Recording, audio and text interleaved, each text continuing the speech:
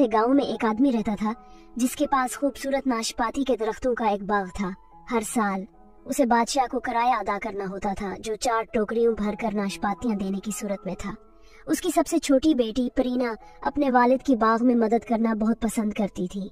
उसकी आंखें चमकदार और तजस्सुस से भरी हुई थी और उसके सुनहरी भूरे बाल सूरज की रोशनी में चमकते थे। उसके नन्हे हाथ बड़ी मेहनत से काम करते।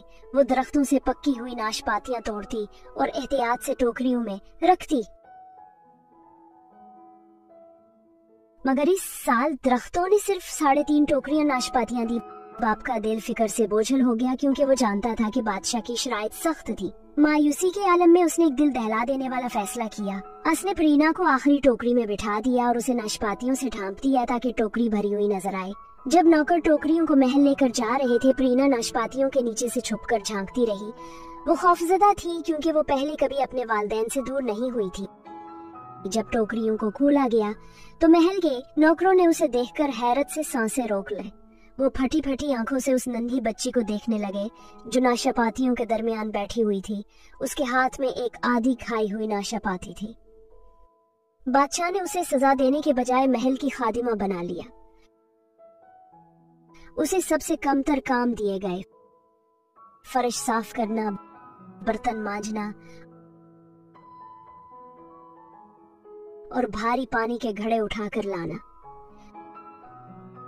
अपनी सख्त जिंदगी के बावजूद वो एक गैर मामूली हुस्न की मालिक बन गई। उसकी चमकदार, बेदाग जल्द और गहरे आसमान जैसी आंखें हर किसी को मसहूर कर देती। लेकिन उसके हुस्न हसद को जन्म दिया। सल्तनत की शहजादी, जो खुद पसंद और मगरूर थी, उसे सख्त नापसंद करने लगी। वो ये बर्दाश्त नहीं कर सकती थी कि प्रीना की कुदरती खूबसूरती उसके मेहनत से सनवारे गए हुस्न से ज्यादा चमक रही हो। उसने प्रीना पर जुल्म करने के लिए उस पर सख्त और जालिमाना काम थोप दिए। वो अपने तमाम कपड़े धोने के लिए प्रीना को करीबी नदी पर भेजती। प्रीना दिलो जान से कपड़े धोती और उसकी दिलकशी नदी को और भी हसीन बना देती। एक गर्म दोपहर शहजादी ने उसे तपती धूप में खेतों में मटर चुनने के लिए भेजा।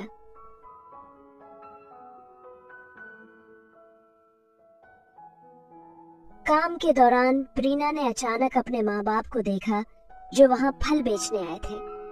उसकी आंखें आंसुओं से भर गईं और वो दौड़ती हुई उनके पास पहुंची। आपने मुझे क्यों भेज दिया? वो सिसक पड़ी।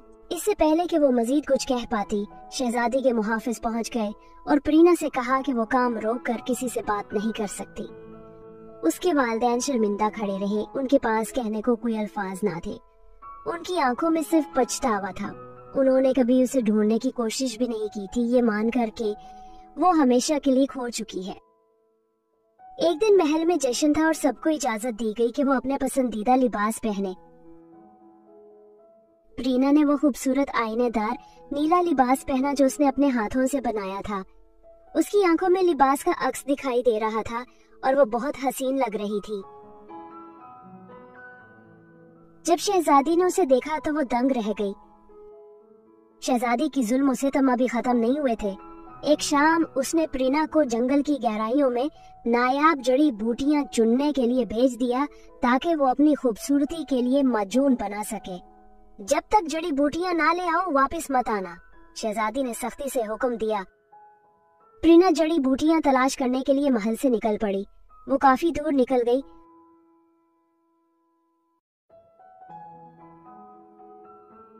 मुख्तलिफ पत्तों और जड़ों को चुनती रही, लेकिन जैसे ही सूरज गुरूब हुआ उसे एहसास हुआ कि वो रास्ता भटक चुकी है। जैसे जैसे रात गहरी होती गई उसके दिल में खौफ घर करने लगा। वो एक चट्टान पर बैठ गई और रोने लगी जब अचानक उसे झाड़ियों में कोई सरसराहट सुनाई दी। दरख्तों के दरमियान से एक हसीन हिरन नमूदार हुआ जिसकी टांग जख्मी थी। उसकी बड़ी उदास आंखें प्रीना की नजरों से मिले। अपनी परेशानी को भुलाते हुए प्रीना घुटनों के बल बैठी और अपने लिबास का टुकड़ा फाड़कर हिरन के जख्म पर बांध दिया। हिरन ने शुक्रगुजारी के अंदाज में उसके हाथ को नरमी से छुआ और फिर सर हिलाकर उसे अपने पीछे आने का इशारा किया। हिरन ने उसे एक छुपी हुई वादी में पहुंचाया जहां एक छोटा सा कॉटेज खड़ा था। उसके चारों तरफ जंगली फूल थे और दरख्त रस भरे फलों से लदे हुए थे। खिड़कियों पर बेलें लिपटी हुई थीं और रास्ते के किनारे जुड़ी बूटियां कुदरती तौर पर उगी हुई थी। ये अमन सुकून की जगह थी जहां जुल्म सितम का साया तक न था। अगली सुबह जब प्रीना कार्टेज से बाहर निकली तो उसने अपनी दहलीज पर एक जख्मी बकरी देखी। उसने बकरी की मरहम पट्टी भी उसी नरमी और मोहब्बत से की जैसे हिरन की थी। उस दिन के बाद हिरन और बकरी हमेशा उसके साथ रहे और उसका खानदान बन गए। पेरीना ने अपनी झोपड़ी के सामने एक बगीचा बनाया जहां हरी भरी सब्जियां और मीठे फल उगते थे। वो छोटी छोटी खुशियों में मुस्कुराती थी। मट्टी को हाथों में महसूस करना, जड़ी बूटियों की खुशबू सूंघना और अपने जानवरों के साथ वक्त गुजारना। पेरीना के खूबसूरत बाग में उसके हाथों से उगाई गई बंद गोभी के सरसब्जो शादाब पत्ते ताजा शबनम से चमक रहे थे। वो हर सुबह नरम मिट्टी पर नंगे पांव चलती, धीरे से सब्जियां तोड़ती। उसकी उंगलियां नरमी से पत्तों को छूती, गोया जमीन के साथ मोहब्बत का रिश्ता कायम हो चुका था। वो अपनी सब्जियों से मजेदार सूप बनाती जिसमें खालिस जायके बसते थे। एक चांदनी रात एक थका मांदा मुसाफिर उसकी झोपड़ी तक आन पहुंचा। वो एक शहजादा था जो जंगल में रास्ता भटक चुका था और भूख से निढाल था। उसने झोपड़ी की खिड़की से रोशनी झलमिलाते और चिमनी से धुआं उठते देखा। जैसे ही वो करीब पहुंचा, हिरन उसके सामने आ खड़ा हुआ जैसे उसकी नीयत जांच रहा हो। फिर हिरन उसे दरवाजे तक ले आया। बकरी ने इसे एक प्याला गरम खुशबूदार गोभी और गाजर का सूप का पेश किया। शहजादे ने पहला घूंट लिया और हैरत से सोचा कि उसने आज तक ऐसा लजीज सूप नहीं चखा। ये किसने बनाया? हिरन ने उसे पेरीना तक पहुंचाया।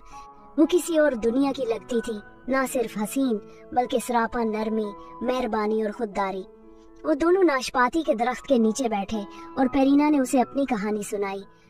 बाप की बेरहमी, शहजादी के जुल्म और इस जंगल में मिलने वाले सुकून की।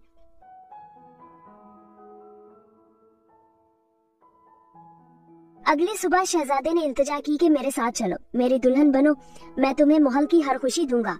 पेरीना ने अफसोस से सर हिलाया। मैं ये जगह छोड़ नहीं सकती। यहाँ मुझे सुकून मिला है। दुनिया खुदगर्जी और जुल्म से भरी हुई है। मेरे वालिद ने मुझे छोड़ दिया, शहजादी ने मुझे सताया, लेकिन यहाँ मैं आजाद हूँ। मैं इसी जंगल की हूँ, इसी बाग की। शहजादा भारी दिल के साथ वापस चला गया, लेकिन उसके ख्यालात हमेशा पेरीना के साथ रहे। वो अपने महल के शानदार कमरों में कोई खुशी ना पा सका, ना ही अपनी सल्तनत की ऐशो इशरत में। उसकी माँ मलिका ने उसके चेहरे पर उदासी देखी और पूछा कि उसे क्या परेशानी है। मैं एक ऐसी औरत से मोहब्बत करता हूँ जो जंगल के झोपड़े को छोड़ने के लिए तैयार नहीं, उसने एतराफ किया। वो दौलत की नहीं बल्कि नरमी और मोहब्बत की कदर करती है। उसे खुशी अपने बाग को सजाने, अपने जानवरों की देखभाल करने में मिलती है। मलिका ने अपने बेटे की आंखों में तड़प देखी और अगरचे वो तजब्दब में थी, लेकिन आखिरकार उसने इजाजत दे दी। उसने कहा, अगर वो तुम्हें सुकून देती है तो वही जगह तुम्हारे लिए बेहतर है, लेकिन मुझसे वादा करो कि तुम हर महीने एक बार उसे लेकर महल आओगे ताकि मैं तुम दोनों को देख सकूं। शहजादा एक लम्हा ज़ाया किए बगैर दोबारा जंगल की तरफ रवाना हुआ, जहाँ पेरीना ने उसे हैरत से देखा। तुम वापिस आ गए? इसने धीमे लहजे में कहा। तुम्हारे लिए, शहजादे ने जवाब दिया। अगर तुम मेरी दुनिया में नहीं आ सकती तो मैं तुम्हारी दुनिया में रहूंगा। और यूं शहजादे ने अपनी दौलत और तख्त को छोड़ दिया, एक सादा मगर मोहब्बत भरी जिंदगी का इंतखाब किया। उसने जमीन जूतनी सीखी, बीज बोना, लकड़ियां काटना। इब्तदा में वो मुश्किलात का शिकार हुआ, लेकिन पेरीना ने सब्र और मुस्कुराहट के साथ उसे सब कुछ सिखाया।